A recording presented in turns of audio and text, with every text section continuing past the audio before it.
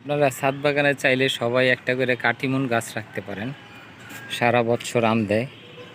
দেখেন ওই যে ছোট ছোট আমের করা, এইখানে আবার মুকুল আসতে শুরু করছে। এই যে আরেকটু বড়, সারা বছরই এই আম থাকবে যদি এই কাটিমন গাছটা আপনার বাসায় থাকে। এই যে মুকুল, এই যে ফল, এই যে মুকুল গাছ একটু যত্ন করে টিকা গেলেই হইল আর কি। দেখা যায় আম গাছ একটু ঝামেলা, হুটহাট করে মারা যায়, ঠাইল মারা যায়। একটু তার ভাবগতি বুঝা পালতে পারলে সমস্যা হয় না।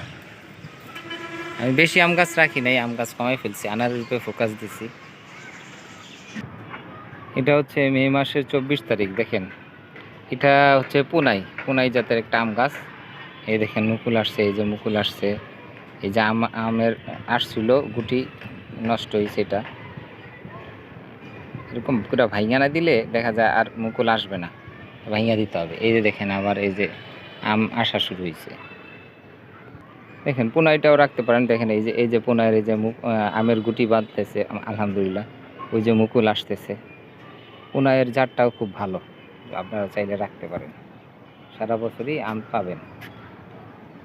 যারা আমের ডাইল খেতে পছন্দ করেন তারা রাখতে পারেন।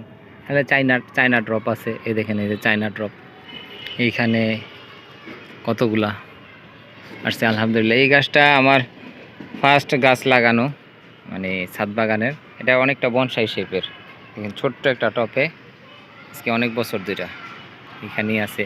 প্রচুর আলহামদুলিল্লাহ এখান থেকে আম খাইছি প্রচুর।